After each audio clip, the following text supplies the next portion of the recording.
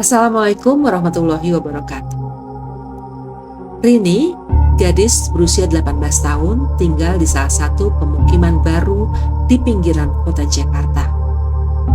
Dia dan keluarganya baru beberapa bulan lalu pindah dari pusat kota, tepatnya di sekitaran Bendungan Hilir, Jakarta Pusat. Ayahnya memasuki usia pensiun dan ingin tinggal di tempat yang lebih besar dan lebih tenang dari hiruk-pikuk kota Jakarta. Rini sendiri saat ini tengah menempuh kuliah di salah satu perguruan tinggi di Jakarta. Tadinya kampus Rini berjarak cukup dekat dari rumahnya. Namun kini dia harus menempuh perjalanan cukup lama dan jauh. Itu pun setelah turun dari KRL dan keluar dari stasiun Bekasi, dia masih harus berjalan kaki melewati jalan setapak menuju rumahnya. Mau naik Gojek tanggung karena jaraknya tidak sampai 1 kilometer. Biasanya sejak pindah ke rumah barunya, setiap pulang agak malam, Rini selalu minta dijemput Rian, adiknya, menggunakan motor ke stasiun. Namun malam itu kebetulan Rian tidak berada di rumahnya. Ayahnya pun tengah pergi bersama ibunya menengok Tante Prapti yang tengah dirawat di rumah sakit. Salah, dia berjalan kaki. Kali ini adalah kali ketiga Rini berjalan kaki melalui jalan setapak menuju rumahnya. Jalan setapak ini adalah rute tercepat dan terdekat berjalan kaki ke rumah. Jika melewati jalan utama yang ramai dengan berjalan kaki, jaraknya cukup jauh dan lama karena memutar. Ketika sudah mulai memasuki jalan setapak menuju rumahnya, Rini merasa bulu kuduknya merinding. Entah kenapa, setiap memasuki jalan setapak itu, perasaan Rini menjadi tidak enak. Jalanan tersebut minim pencahayaan dan menjadi tempat warga membuang sampah, sehingga selain menyeramkan, jalan tersebut juga mengeluarkan aroma tak sedap yang menyakitkan hidung siapapun yang melewatinya. Memang, Rini sempat mendengar dari Mas Parto, pemilik warung dekat rumahnya, kalau jalan setapak itu tadinya peruntukannya bukanlah jalan. Tanah itu adalah bagian dari rencana pengembang membangun rumah. Namun ternyata di tanah itu terdapat beberapa kuburan. Ketika hendak dipindahkan, di dalam makam itu ternyata sudah tidak ada lagi sisa tulang belulangnya. Akhirnya karena khawatir terjadi sesuatu, sebagian tanah itu tidak jadi dibangun dan dijadikan jalan setapak tembus ke arah stasiun. Hari itu Rini harus mengerjakan tugas kelompok yang akan dikumpulkan besok sehingga dia pulang jam 8 malam. Harusnya di perkotaan jam 8 malam masih ramai dengan orang lalu lalang. Namun tidak dengan jalan setapak yang tengah dilewati Rini. Tidak ada satu manusia pun yang tampak. Jangankan manusia, kucing-kucing liar yang biasanya sering berada di tempat pembuangan sampah, tidak satu pun berada di sana. Sunyi. Hanya kata itu yang mampu menggambarkan jalan setapak yang sedang dilewati Rini malam itu. Bahkan angin pun enggan berhembus di jalan tersebut. Rini mempercepat langkahnya agar segera sampai di rumah. Langkah Rini terhenti saat merasakan semilir angin dingin yang melewati tengkuknya. Posisi Rini berdiri sekarang ada di bawah tiang listrik yang lampunya sudah tidak menyala.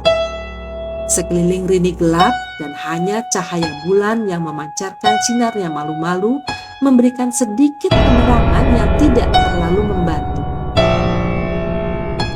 Angin yang melewati tengkuk Rini tadi membuatnya kaku tidak bergerak. Kakinya terasa sangat berat. Rini hanya bisa berucap dalam hati, "Aduh, cobaan apa lagi ini? Malah merinding pula." Rini berusaha mengenyahkan pikiran anehnya dengan mengusap tengkuknya menggunakan tangan kanan, sedangkan tangan kirinya memegang erat tali tas bahu yang dibawanya. Badannya semakin gemetar saat dia merasakan ada seseorang yang berdiri di belakangnya. Tidak ada bayangan yang terlihat, namun Rini tahu ada seseorang atau mungkin sesuatu ada di belakangnya. Keringat dingin mengucur deras membasahi punggungnya. Walaupun takut, Rini memberanikan diri menoleh ke belakang. Samar-samar terlihat sesosok bayangan menyerupai manusia berdiri agak jauh di belakang sana, menghindari cahaya lampu jalan yang memang sangat redup. Rini tidak tahu itu siapa dan tidak mau tahu. Dia kembali meluruskan pandangannya ke depan dan bersiap untuk melangkah lagi walau dengan kaki yang masih gemetaran. Setelah berjalan sekitar 15 langkah, Rini dengan takut-takut menoleh lagi ke belakang. Bayangan tersebut masih berdiri dengan jarak yang sama dengan pertama kali Rini melihatnya.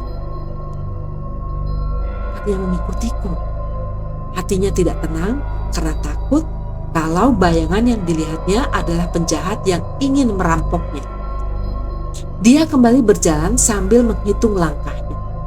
Setelah berjalan sekitar 20 langkah, Rini kembali menolehkan kepalanya dan melihat bayangan itu masih ada di sana dan jaraknya sama tidak berbeda dengan sebelumnya.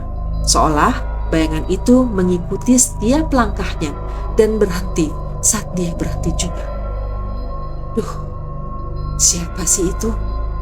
Mana masih 10 menit lagi baru bisa sampai ke rumah. Ngapain juga papa dan mama pindah ke daerah sini sih? Kan seram. Rini berbicara sendiri sambil bergidik. Setelah berdoa dalam hati, dia melanjutkan langkahnya tanpa menoleh ke belakang lagi. Rini melangkah cepat, hampir berlari, dan akhirnya sampai di depan pagar rumahnya. Halaman yang disulap mamahnya menjadi kebun bunga terlihat terang benderang dan Rini menghembuskan nafas lega. Dia membuka gembok pagar lalu menguncinya lagi. Saat menoleh untuk berjalan ke depan pintu rumah, lampu halaman yang terang benderang tiba-tiba mati sehingga menjadi agak gelap. Penerangan hanya berasal dari cahaya bulan yang masih malu-malu memancarkan sinarnya. Rini menoleh ke belakang dan melihat sosok bayangan itu masih ada. Rini sudah hampir menangis lalu memutar kepalanya ke depan. Saat memutar kepalanya ke depan, pandangan Rini bertemu dengan sosok yang sangat menyeramkan. Kepala sosok itu mengeluarkan asap seolah habis terbakar. Matanya melotot, seluruh tubuhnya gosong dan mengelupas serta mengeluarkan bau gosong bercampur amis dan bau busuk yang menyengat. Setan!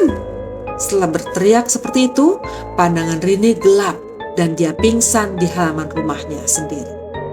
Lampu halaman kembali menyala terang benderang, menyinari tubuh Rini yang terkapar lemas di atas tanah yang becek. Sekian kisah misteri kali ini. Sahabat yang budiman, jangan lupa like dan subscribe untuk mendukung kami agar tetap bersemangat dengan kisah misteri lainnya. Wassalamualaikum warahmatullahi wabarakatuh.